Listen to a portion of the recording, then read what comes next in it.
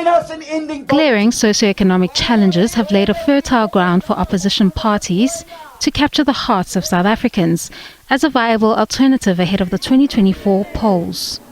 In this year's polls, the DA believes it is their time to grab this opportunity.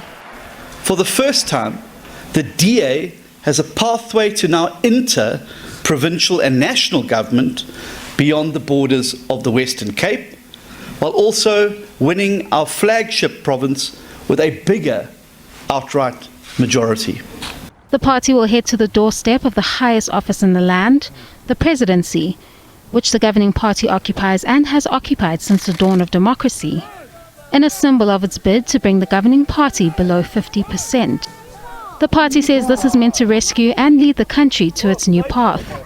It is make or break time for South Africa, and I think many people, both locally and internationally, are watching this next election very, very carefully to see whether there's going to be any change in this trajectory of poverty, unemployment and lack of investment. But is this a realistic task in 2024 at least? Provincially, the party has held on to the Western Cape province, and Gauteng remains up for grabs after the ANC only clinched the province after attaining just over 50% of the vote in the 2019 general elections. Nationally, the Democratic Alliance has come a long way since its first democratic non-racial general elections results. The then Democratic Party in 1994 grabbed 7 seats with less than 2% of the vote. However, in 2014, the party achieved its most successful election result to date, while Mmusi Maimane was at its helm with just over 22% of the vote. The next general elections told a different story, perhaps what may be termed the quote-unquote liberal direction of the party, in a bid to build one South Africa for all, rendered it unrecognizable to some, leading the party to drop to just over 20% of the vote in the 2019 general elections. We could have succumbed to populist narratives. We could have succumbed to forgetting our values.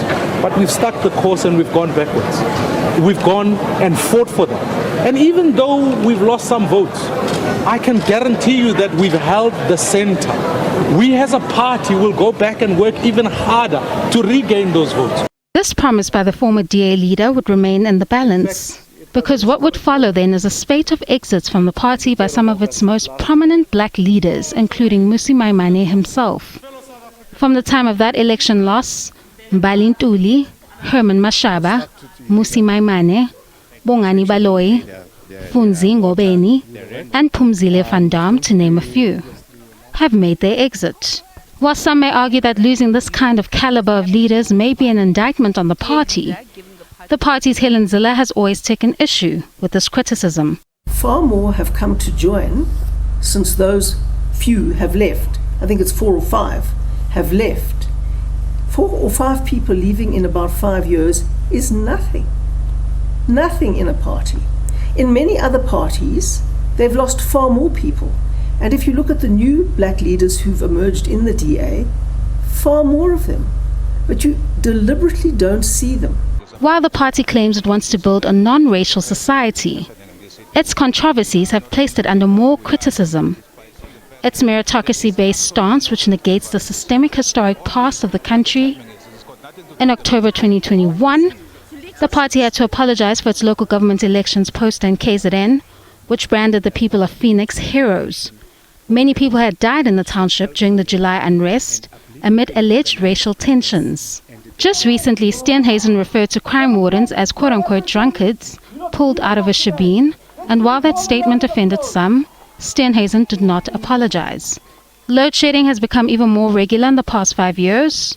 2024 is likely to be a watershed moment. While the previous elections have shown that the DA does not necessarily benefit from the decline of the governing party, and has in fact also declined and lost voters to other parties, it remains to be seen whether the DA can turn the tide and grow in the upcoming elections, which will be the most hotly contested since 1994.